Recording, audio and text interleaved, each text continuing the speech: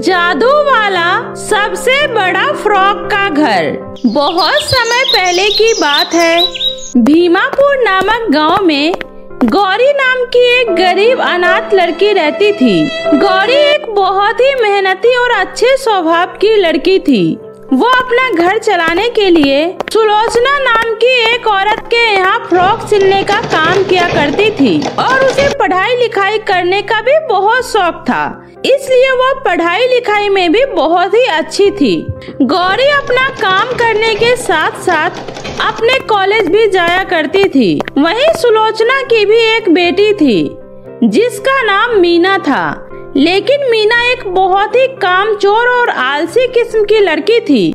वो अपने घर का कोई भी काम नहीं किया करती थी, बस दिन भर घर में आराम ही किया करती थी। ऐसे ही आज भी। अरे ओ मीना, कितनी देर हो गई है, तुम अभी तक उठी नहीं? अरे अब तो सूरज भी सर पर निकल आया है, कम से कम अब तो उठ जाओ। अरे माँ, क्या हुआ? अब सुबह सुबह मेरा सर क्यों खा रही हो? अरे मीना बेटा, 10 बजने वाले हैं, क्या तुम्हें आज भी अपने कॉलेज नहीं जाना है? कभी तो समय पर उठ जाया करो।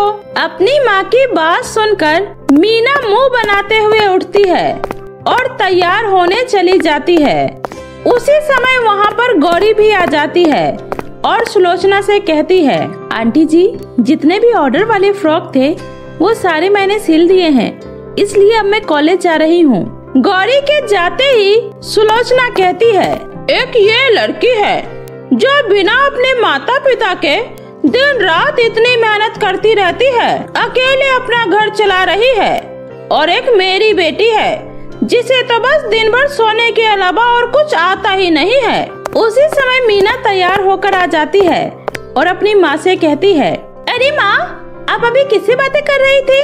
अरे बेटा, वो अभी यहाँ पर गौरी आई थी, लेकिन मैं तो उस लड़की को देखकर हैरान हूँ कि वो हमारे यहाँ काम करने के साथ साथ अपने कॉलेज की पढ़ाई भी कर रही है, और एक तुम हो जिसे उठाने के लिए भी सुबह मुझे आना पड़ता है। माँ, आप क्या दिन भर उसकी तारीफ करती रहती हो?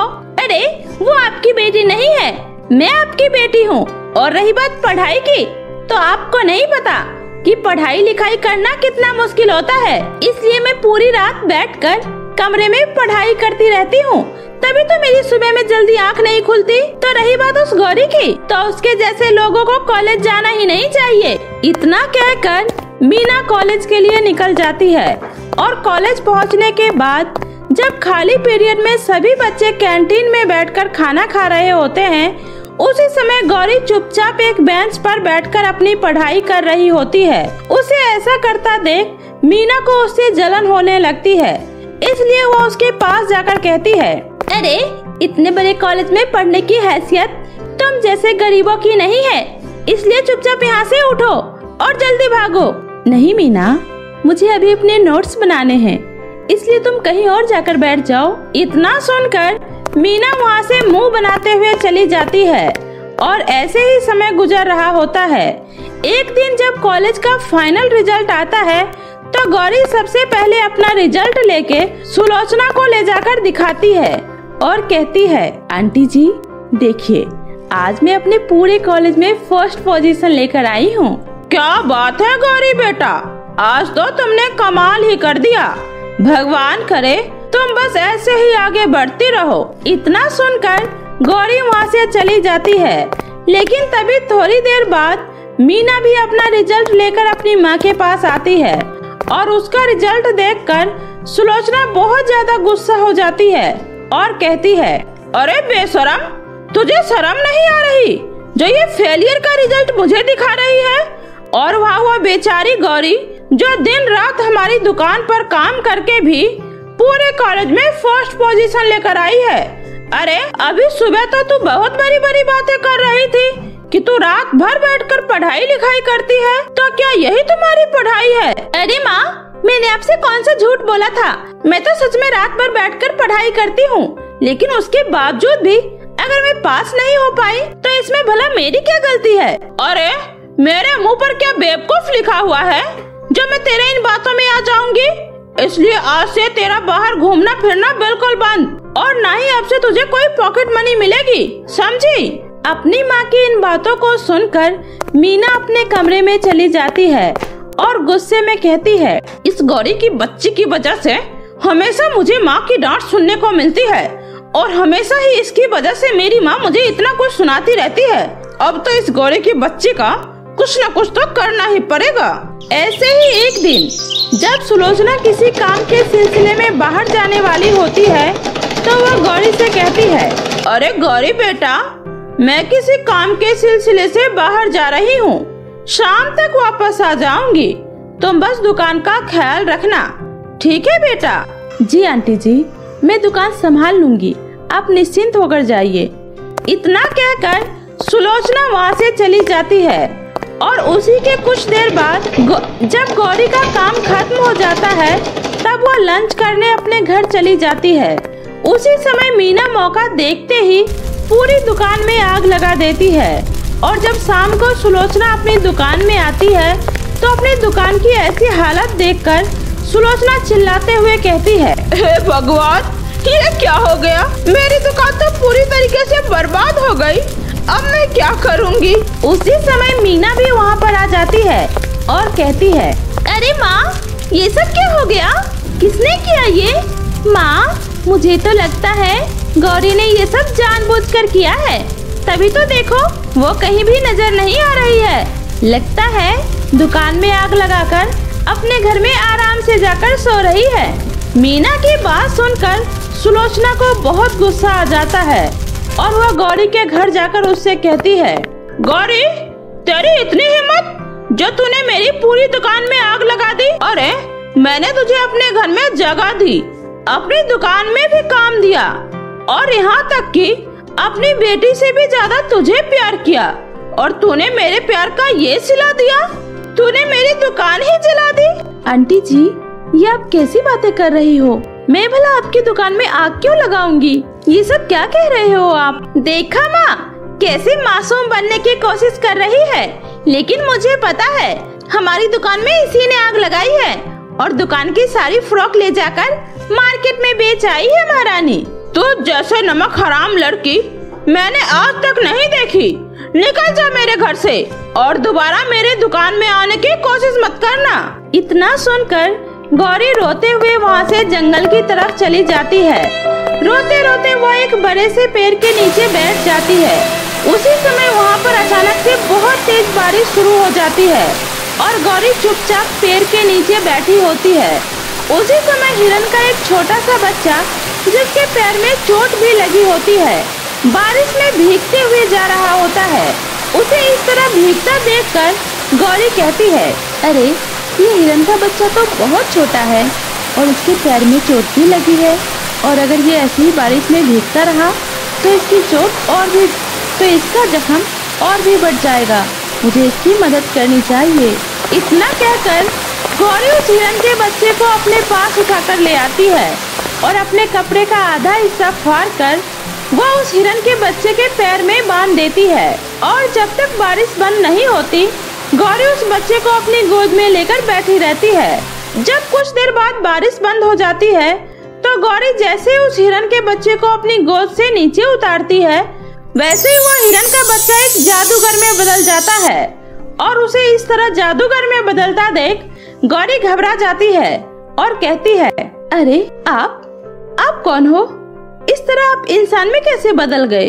घबराओ मत गौरी, मैं एक जादूगर हूँ। मुझे एक दुष्ट चुड़ैल ने अपनी शक्तियों से हिरन का बच्चा बना दिया था, लेकिन आज तुम्हारी मदद से मैं फिर से एक इंसान बन पाया हूँ। इसलिए बताओ मैं तुम्हारे लिए क्या कर सकता हूँ? उसी समय गौरी उस जादूगर को अपनी सारी बातें बता देती है। सब सुनने के बाद वह जादूगर कहता है, बस इतनी सी बात? तुम चिंता मत करो गौरी, तुम मेरे साथ चलो। इतना कहकर वह जादूगर गौरी को एक गुफा की तरफ लेकर जाता है और जैसे ही गौरी उस गुफा के अंदर घुसती है तो वो देखती है कि उस गुफा के बाहर फ्रॉक का एक बहुत ही बड़ा घर बना हुआ है जो बहुत ही सुंदर लग रहा था। यह देखकर गौरी बहुत खुश हो जाती है। उसी समय वो जादूगर कहता है, गौरी, यह एक जादुई फ्रॉक का बड़ा घर है और तुम इसमें बड़े आराम से रह सकती हो। तुम्हें इस घर में किसी तरह की दिक्कत नहीं होगी और तुम्हें जो कुछ भी चाहिए होगा, ये जादुई फ्रॉक का घर तुम्हें वो सब कुछ लाकर दे देगा। आपका बहुत बहुत शुक्रिया जादूगर जी। इतना कहकर गौरी उस जादुई फ्रॉक के घर में बड़े ही आराम से रहने लगती है और अब उसकी जिंदगी में किसी भी तरह की कोई कमी नहीं होती है और वह सुकून से अपनी आगे की जिंदगी जीने लगती है। गरीब स्टूडेंट बनी जादुई मुर्गी। रौनकपुर गांव में किशोर नाम का एक गरीब लकड़हारा रहता था और उसकी एक 5 साल की बेटी थी जिसका नाम मीनाक्षी था। मीनाक्षी को बचपन से ही पढ़ने लिखने का बहुत शौक था, इसलिए उसके पिता किशोर और उसकी माँ शांति ने मिलकर उसका एडमिशन गांव के ही एक सरकारी स्कूल में करवा दिया था, क्योंकि पूरे गांव में सिर्फ एक ही सरकारी स्कूल था जिसमें गांव के सभी गरीब बच्चे पढ़ते थे। और मीनाक्षी तो बचपन से ही पढ़ने लिखने में बहुत होशियार थी, इसलिए वह टीचर के पूछे हुए प्रश्नों का सबसे पहले जवाब दिया करती थी। इसी वजह से स्कूल के सारे टीचर्स और प्रिंसिपल मीनाक्षी को बहुत पसंद किया करते थे। ऐसे ही एक दिन, अरे गुनगुन, ये क्या, आज तो तुम अपना होमवर्क भी पूरा करके नहीं लाई हो। अरे कुछ सीखो मीनाक्षी से, वह रोज कैसे अपना होमवर्क करके लाती है और पढ़ाई में इतनी होशियार भी है। इसलिए तुम्हें कोई भी प्रॉब्लम हो पढ़ाई में तो तुम मीनाक्षी से हेल्प ले लिया करो। मीनाक्षी की समझदारी की वजह से टीचर ने उसे क्लास का मॉनिटर भी बना दिया था, जिसकी वजह से क्लास के सभी बच्चों को मीनाक्षी की सारी बातें माननी पड़ती थी। लेकिन वही क्लास की कुछ लड़कियां मीनाक्षी से बहुत जला करती थी। तभी एक दिन, अरे यार मीनू, इस मीनाक्षी की बच्ची को तो मैम ने क्लास का मॉनिटर भी बना दिया है। अब क्या हमें इसकी सारी बातें माननी पड़ेगी? अब तो हम इसके रहते क्लास में शैतानियां भी नहीं कर सकते हैं। अरे मीनू, सोनम, क्या हुआ? तुम लोग क्या बातें कर रही हो? चलो जल्दी से अपनी अपनी किताबें बाहर निकालो। अपने आप को मॉनिटर की जगह कहीं टीचर तो नहीं समझने लगी है। मीनाक्षी के पास एक सुंदर सी मुर्गी भी थी जिसका नाम मीनाक्षी ने जिम्मी रखा था। मीनाक्षी जिम्मी से बहुत प्यार करती थी और वह स्कूल से घर जाते ही जिम्मी को दाना डाला करती थी और वह उसे अपने पास ही बिठाकर पढ़ाई भी किया करती थी। अरे जिम्मी, तो तुम हमारी किताबों को ऐसे क्यों देख रही हो? अरे मीनाक्षी बेटा, जिम्मी तो तुम्हारी किताबों को ऐसे देख रही है जैसे इसको सब कुछ समझ में आ रहा हो। माँ, जिम्मी मेरी बहुत ही अच्छी दोस्त है और ये मेरी सारी बातें मानती है। इसी तरह से दिन बीत रहे होते हैं। ऐसे ही एक दिन उस गांव में जादूगरनी मोहिनी अपना जादू दिखाने आती है और उस जादूगरनी को स्कूल में बच्चों को जादू दिखाने के लिए बुलाया जाता है। बच्चों, कल किसी को भी छुट्टी नहीं करनी है, क्योंकि हमारे स्कूल में कल जादूगरनी मोहिनी अपना जादू दिखाने आने वाली है, इसलिए कल कोई भी बच्चा छुट्टी नहीं करेगा। टीचर की बात सुनकर सभी बच्चे बहुत खुश हो जाते हैं और अगले ही दिन सभी बच्चे स्कूल पहुंच जाते हैं। सभी बच्चों को स्कूल के ग्राउंड में बिठा दिया जाता है, जहां जादूगरनी मोहिनी अपना जादू दिखाती है और उसका जादू देखकर सभी बच्चे हैरान हो जाते हैं, क्योंकि जादूगरनी मोहिनी किसी भी इंसान को जानवर में चुटकियों में बदल दे रही थी और फिर उसे इंसान भी बना दे रही थी। यह सब देखकर सोनम और मीनू के दिमाग में एक शैतानी आइडिया आता है। मीनू, तुमने देखा जादूगरनी मोहिनी कैसे इंसानों को जानवर में बदल दे रही है? हाँ यार, तुम सही कह रही हो। मोहिनी जादूगरनी क्या कमाल का जादू करती है और इसी से मेरे दिमाग में एक कमाल का आइडिया भी आया है। हमें उस मीनाक्षी को सबक सिखाने के लिए जादूगरनी मोहिनी से मदद मांगनी होगी। लेकिन क्या वह इन सब में हमारी मदद करेगी? अरे हाँ, क्यों नहीं करेगी। हम जादूगरनी मोहिनी से कहकर मीनाक्षी को एक मुर्गी में बदलवा देंगे और फिर उसे, समझ रही हो ना? इतना कहकर मीनू और सोनम मीनाक्षी के पास जाती है और उसे कहती है, मीनाक्षी, आज हम जादूगरनी मोहिनी से मिलने जा रहे हैं, क्या तुम हमारे साथ चलोगी? बहुत मजा आएगा। क्या जादूगरनी मोहिनी? हाँ, मैं उनसे मिलने जरूर चलूंगी। चलो, मैं भी तुम लोगों के साथ चलती हूँ। इस तरह स्कूल की छुट्टी होने के बाद मीनू और सोनम मीनाक्षी को जादूगरनी मोहिनी के पास लेकर जाती है और उससे कहती है, जादूगरनी मोहिनी जी, हम आपसे मिलने आए हैं। क्या आप हमें एक बार फिर से अपना जादू दिखा सकती हो? अरे हाँ बच्चों, क्यों नहीं, बताओ तुम्हें मेरा कौन सा जादू देखना है? वही जिसमें आप इंसान को जानवर में बदल दे रही थी। हम चाहते हैं आप हमारी सहेली मीनाक्षी को एक मुर्गी में बदल दो। अरे नहीं नहीं, मुझे मुर्गी नहीं बनना है। अरे घबराओ मत बेटा, मैं तुम्हें वापस से इंसान में बदल दूंगी। इतना कहकर जादूगरनी मोहिनी अपने जादू से मीनाक्षी को एक मुर्गी में बदल देती है। उसी समय मीनू जादूगरनी मोहिनी की आंखों में मिट्टी फेंककर उस मुर्गी को लेकर वहां से भाग जाती है। उसी समय जादूगरनी कहती है, अरे ये शैतान बच्चे कहाँ चले गए? और वो बच्चे कहाँ गई जिसे मैंने अभी मुर्गी बनाया था? मुझे वापस से उसे इंसान बनाना होगा, पर वो गई कहाँ? मुझे उसे ढूंढना होगा। मुर्गी बनी मीनाक्षी को सोनम और मीनू रोड पर छोड़ देते हैं, जिसके बाद मीनाक्षी इधर उधर भटकते हुए अपने घर पहुंच जाती है और घर जाकर अपनी खाट पर बैठ जाती है और वहीं पर उसके साथ उसकी मुर्गी जिम्मी भी बैठी हुई होती है। उसी समय वहां पर उसकी माँ शांति आकर कहती है, अरे ये क्या, ये दूसरी मुर्गी कहाँ से आ गई? इतना कहकर शांति उस मुर्गी को भगाने की बहुत कोशिश करती है, लेकिन वह दूसरी मुर्गी वहाँ से हिलती तक नहीं है। उसी समय वहाँ पर किशोर आता है और कहता है, अरे शांति, ये तुम क्या कर रही हो? क्यों तुम उस बेचारी मुर्गी को परेशान कर रही हो? अरे देखिए ना जी, मैं कब से इसे यहाँ से हटाने की कोशिश कर रही हूँ, लेकिन ये है कि हमारी मीनाक्षी के बिस्तर से हटने का नाम ही नहीं ले रही है। अरे पहले ये तो बताओ, मेरी बेटी मीनाक्षी है कहाँ? कितनी देर हो गई है और वो अभी तक स्कूल से नहीं आई। अरे इस मुर्गी के चक्कर में तो मेरा अपनी बेटी की तरफ ध्यान ही नहीं गया। पता नहीं कहाँ है मेरी बच्ची। इतना कहकर किशोर और शांति मीनाक्षी को ढूंढते हुए उसके स्कूल पहुँच जाते हैं, जहाँ चौकीदार उन्हें कहता है, अरे स्कूल की छुट्टी तो कब की हो गई मैडम, और सारे बच्चे अब तक तो अपने घर पहुँच गए होंगे। चौकीदार की बात सुनकर किशोर और शांति बहुत घबरा जाते हैं और वह पूरे गांव में घूमकर मीनाक्षी को ढूंढने लगते हैं, लेकिन उन्हें मीनाक्षी कहीं नहीं मिलती, क्योंकि मीनाक्षी तो मुर्गी के रूप में उनके घर में ही होती है।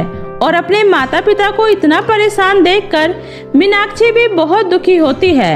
ऐसे ही अगले दिन सुबह होते ही मुर्गी बनी मीनाक्षी स्कूल पहुंच जाती है, और जब वह स्कूल पहुंचती है तो देखती है कि सभी बच्चे पढ़ाई कर रहे होते हैं और क्लास में टीचर उन्हें पढ़ा रही होती है। उसी समय मुर्गी बनी मीनाक्षी जाकर अपनी सीट पर बैठ जाती है और उसे सीट पर बैठा देखकर टीचर बोलती है, अरे ये मुर्गी कहाँ से आ गई? अरे सोनम, ये कहीं मीनाक्षी तो नहीं, पर ये यहाँ कैसे आ गई? अगर इसने हमारी पोल खोल दी तो हमें छुट्टी होने के बाद इसका कुछ न कुछ तो करना ही होगा। उसी समय क्लास टीचर उस मुर्गी को भगाने की बहुत कोशिश करती है, पर वह मुर्गी वहाँ से हिलती ही नहीं है। अरे ये मुर्गी तो हिलने का नाम ही नहीं ले रही है, और ये मीनाक्षी की ही सीट पर आकर क्यों बैठी है? कहीं ये हमें कुछ बताना तो नहीं चाहती? अरे मैम, मुझे लगता है आज मीनाक्षी ने अपनी जगह अपनी मुर्गी को भेज दिया है स्कूल पढ़ने के लिए। अच्छा चलो ठीक है, अब तुम सब पढ़ाई करो। ऐसे ही क्लास खत्म होने के बाद जब टीचर क्लास से बाहर चली जाती है तो मीनू और सोनम मिलकर उस मुर्गी को पकड़ने की बहुत कोशिश करती है, लेकिन मुर्गी बनी मीनाक्षी किसी के हाथ नहीं आती और वो अपने पंजों से सोनम और मीनू को बहुत मारती है।